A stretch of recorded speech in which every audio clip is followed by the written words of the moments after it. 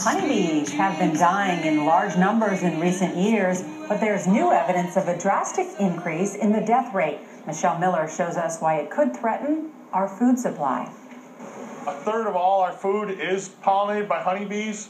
Commercial beekeeper James Doe makes a living renting out thousands of hives to farmers up and down the East Coast. His bees are part of a crucial lifeblood to U.S. agriculture. I think people just need to really be aware that bees are so important, not just for honey production, but for pollination in the United States. Bees pollinate the majority of our fruit and vegetable supply. Apples, pears, green beans, pumpkins, squash, and the list goes on. But something is killing the bees at an increasingly alarming rate. Every day you look and you'll see 100, 200 bees dead in front of the hive, maybe even to the point of 40 to 50,000 bees laying out in front of the hive, which is not normal. USDA researchers say early indications suggest this winter will mark the highest death rate they've ever documented, and consumers could eventually feel the effects. Without them, you're going to have higher prices that you're going to pay for fruits and vegetables, and those higher prices are not necessarily going to mean that it's going to be better product. Bees used to die at a rate of 5 to 10% a year. Then around 2006, that rate more than tripled in a phenomenon known as colony collapse disorder. Now some beekeepers say they're losing up to 50% of their hives. Many blame a class of pesticide called neonicotinoids, or neonics. They block the nerve endings of the bees, and so the bee is paralyzed, and then what happens is they starve to death. So you see the bee shaking, and it's a very horrific way of dying for a bee.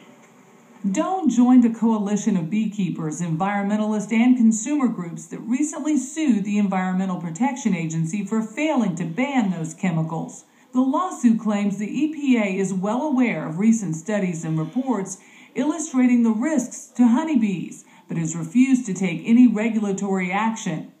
We're finding these chemicals in the beehives. We know they're there. We're finding them in the bees, so we know they're killing bees. The EPA won't comment on pending litigation, but says it's speeding up a review of neonics, quote, because of uncertainties about these pesticides and their potential effects on bees.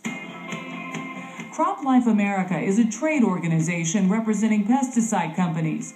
Its president and CEO says current research does not show a direct cause. There are critics of our industry that may not be informed by the most complete set of facts or scientific understanding, and we really think that that's where most of these challenges are coming from right now. According to University of Maryland research entomologist Dennis Van Ingelsdorp, it's likely a number of stress factors are killing the bees. Most scientists aren't just focused in on the neonics. We're taking a broader look and looking at the chemical mixture that bees are exposed to.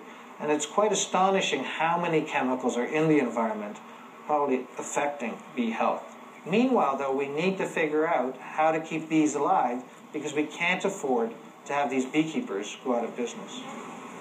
For CBS This Morning, Michelle Miller, New York.